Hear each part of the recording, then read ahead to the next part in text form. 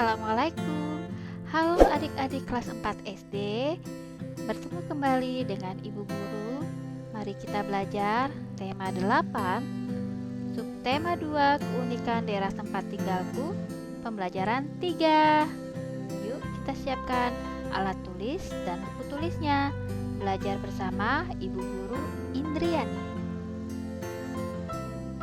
Tujuan pembelajaran 1. Dengan kegiatan mengamati gambar kegiatan ekonomi, siswa dapat mengidentifikasi kegiatan ekonomi meliputi produsen, distributor, dan konsumen. 2. Dengan kegiatan mengamati gambar anak-anak yang sedang berdiskusi, siswa dapat mengemukakan pendapatnya tentang keragaman karakteristik individu dalam kehidupan sehari-hari. 3. Dengan kegiatan menemukan jawaban soal, siswa dapat menuliskan tokoh-tokoh pada teks cerita fiksi. Pembelajaran 3. Hari itu, Dayu dan teman-teman berdiskusi mengenai berbagai pekerjaan sesuai lingkungan tempat tinggalnya. Mereka juga berdiskusi mengenai pekerjaan yang berkaitan dengan kegiatan ekonomi. Dayu bercerita bahwa dia dan ayahnya pernah berbincang dengan seorang bapak yang pekerjaannya menjadi badut. Bapak itu bernama Pak Andi. Pak Andi bekerja di sebuah mal dari pukul 15 sampai 21 WIB. Pagi hari, Pak Andi menjadi badut di sebuah taman bermain yang letaknya tak jauh dari mal. Sampai akhirnya pembicaraan Dayu, ayah Dayu, dan Pak Andi berlanjut dengan bertukar alamat. Ternyata tempat tinggal Pak Andi tidak jauh dari mal yang Dayu kunjungi. Pekerjaan sebagai badut banyak kita jumpai di kota. Iya, menjadi badut merupakan salah satu pekerja jasa. Apa contoh pekerjaan lain yang saling berkaitan dalam suatu kegiatan ekonomi? Ya, ayo kita mencari tahu. Ayo mengamati. Produksi buku, distribusi buku, konsumsi buku. Ingatkah kalian pekerjaan ekonomi? Kegiatan ekonomi terdiri atas produksi, distribusi, dan konsumsi. Jawablah pertanyaan berikut. 1. Apakah yang dimaksud produksi dan produsen? 2. Apakah yang dimaksud distribusi dan distributor? 3. Apakah yang dimaksud konsumsi dan konsumen? 4.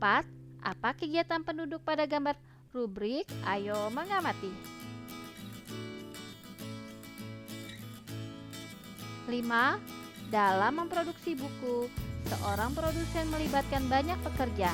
Di antaranya ada penulis buku, ada yang menata isi buku, ada yang menggambar isi buku, ada yang mencetak, ada yang menjilid, ada yang menata buku dalam kardus, ada sopir yang mengantar ke toko-toko buku, dan lain sebagainya.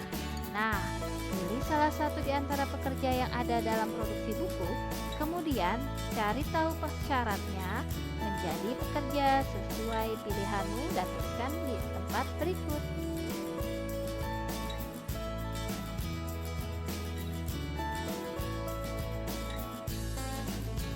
Buku merupakan sumber ilmu. Sebagai pelajar, tentu kamu sangat membutuhkan buku untuk membuka cakrawala. Berbicara mengenai pelajar, tahukah kamu kota yang mendapat julukan kota pelajar? Kota dengan julukan kota pelajar adalah Yogyakarta.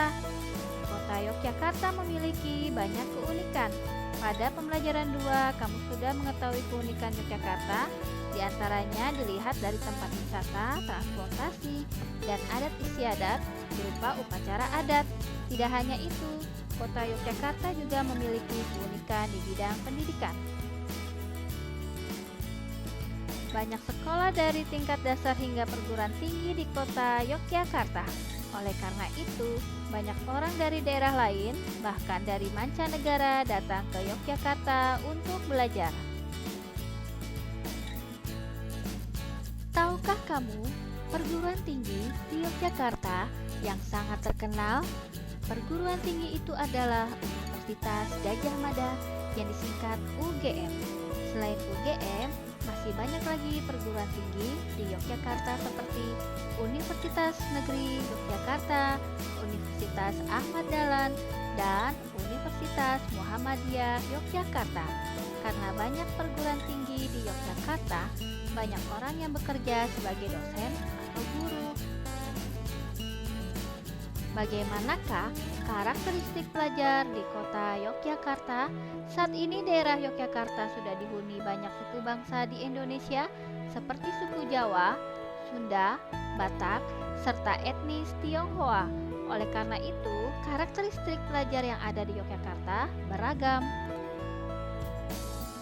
Di sekolah, setiap pelajar harus bisa menghormati keragaman karakteristik, di antaranya mau berteman dengan anak dari daerah lain tanpa memandang agama maupun sukunya. Begitu juga saat di lingkungan tempat tinggal, para pelajar dari berbagai daerah yang tinggal di satu lingkungan harus hidup rukun. Manusia harus hidup rukun di tengah-tengah perbedaan. Perbedaan adalah karunia Tuhan. Perbedaan merupakan sarana untuk saling mengenal. Sebagai contoh, pada saat di lingkungan tempat tinggal mengadakan kerja bakti, membersihkan lingkungan, para pelajar dari berbagai daerah pun ikut serta dalam bekerja bakti. Ayo mengamati. Amatilah gambar berikut. Apakah gambar tersebut menunjukkan keragaman karakteristik? Apa yang sedang dilakukan anak-anak pada gambar tersebut? Tuliskan pendapatmu pada tempat di bawah. Kamu di sekolah mempunyai banyak teman dengan keragamannya. Ada teman dengan ciri fisik berbeda-beda, ada teman berbeda agama, ada juga teman dengan asal daerah tempat tinggal berbeda. Bagaimana kamu menyikapi keragaman karakteristik di sekolahmu? Tuliskan dalam kolom berikut.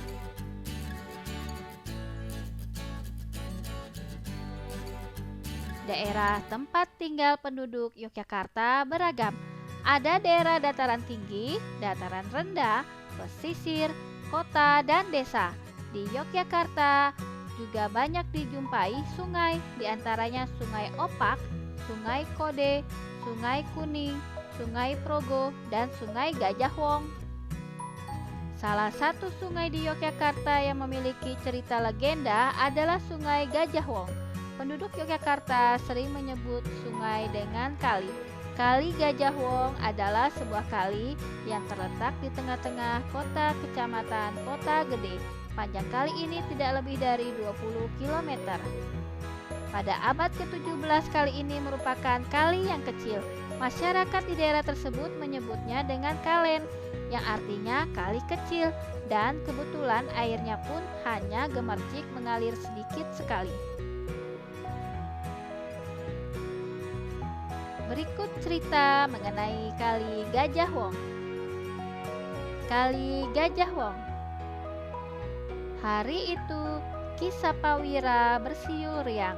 Seperti biasa, ia akan memandikan gajah milik junjungannya, Sultan Agung, Raja Kerajaan Mataram.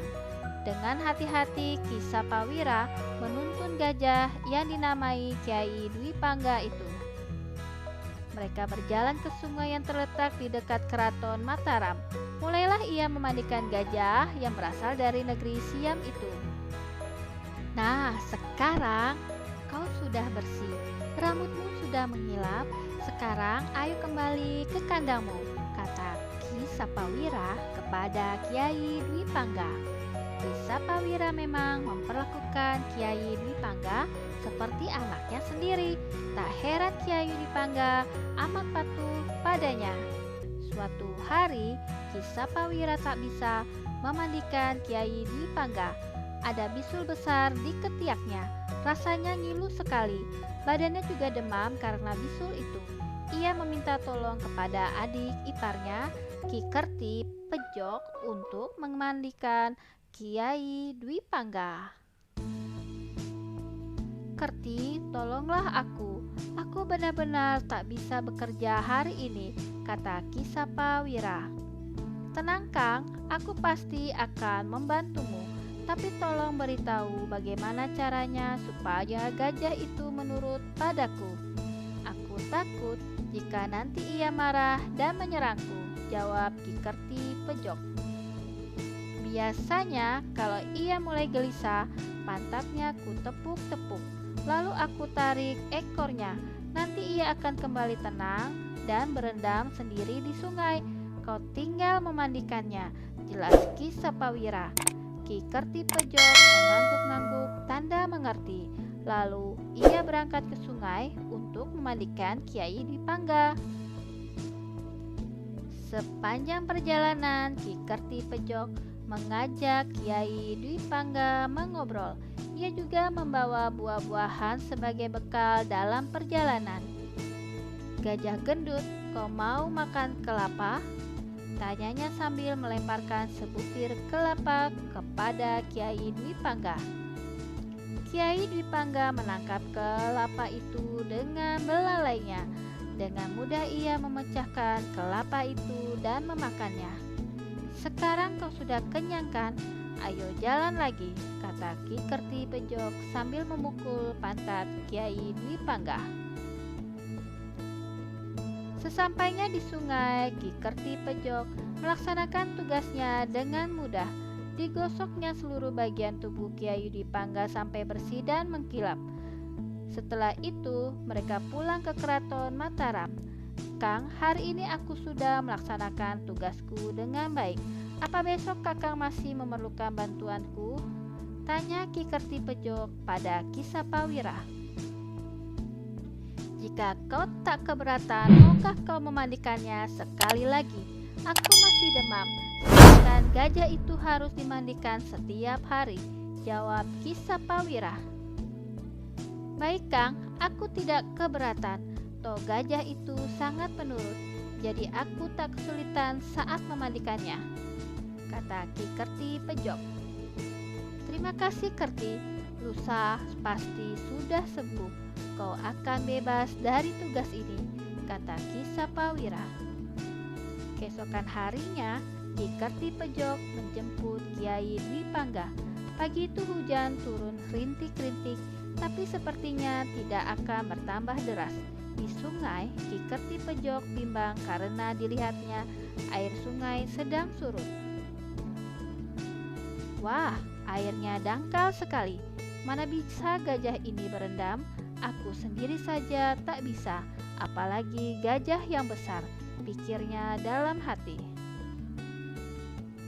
Gajah gendut, kita cari sungai yang lain saja. Sungai ini dangkal, kau tak akan bisa berendam di sini. Ki Kerti Pejok menuntun Kiai Dwi Pangga ke hilir sungai. Di situ air tampak tinggi dan alirannya juga cukup deras. Nah, ini sepertinya asik. Ayo sana masuk, berendamlah. Aku akan menggosok punggungmu dengan daun kelapa ini, kata Ki Kerti Pejok sambil memukul pantat Kiai Dwi Pangga. Sambil memandikan Kiai Dwi Pangga, Ki Kerti Pejok berpikir dalam hati. Sebaiknya aku beritahu Kakang untuk memandikan gajahnya di sini. Di sini airnya lebih dalam, arusnya juga cukup deras. Aneh, kok selama ini Kanjeng Sultan Agung tak tahu keberadaan sungai ini ya? Saat ia sibuk berbicara sendiri, tiba-tiba dari arah hulu datanglah banjir bandang yang sangat besar. Banjir itu datang dengan sangat cepat. Ki Kerti Pejok dan Kiai Dwi Pangga bahkan tak menyadarinya. Dalam sekejap, mereka terhempas dan terbawa arus. Tolong, tolong, teriak Ki Kerti Pejok. Tapi tak ada yang mendengar. Sungguh menyedihkan nasib Ki Kerti Pejok dan Kiai Dwi Pangga. Mereka terseret arus dan hanyut sampai ke Laut Selatan. Sungguh sangat disayangkan. Mereka binasa dalam keganasan banjir bandang itu. Ki Kerti Pejok tak tahu bahwa selama ini Sultan Agung memang melarang para abdinya memandikan gajah di hilir sungai, karena ia tahu bahaya bisa datang sewaktu-waktu di sana. Kisah Pawira berduka. Ia sangat sedih karena kehilangan adik ipar dan gajah kesayangannya. Untuk mengenang kejadian itu, Sultan Agung menamakan sungai itu Kali Gajah Wong. Kali berarti sungai, Gajah Wong berarti gajah dan orang. Kali Gajah Wong ini terletak di sebelah timur kota Yogyakarta. Ayo berlatih.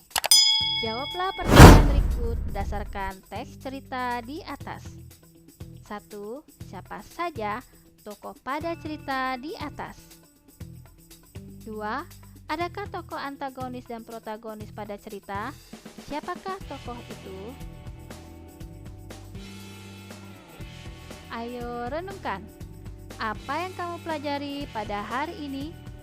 Kegiatan apa yang paling menyenangkan bagi kamu?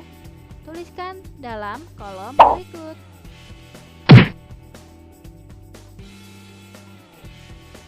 Adik-adik kelas 4 SD, sekian materi tema 8, subtema 2, pembelajaran 3. Apabila ada pertanyaan, silakan tulis di kolom chat. Atas perhatiannya, terima kasih. Semoga bermanfaat dan sampai jumpa kembali. Wassalamualaikum warahmatullahi wabarakatuh.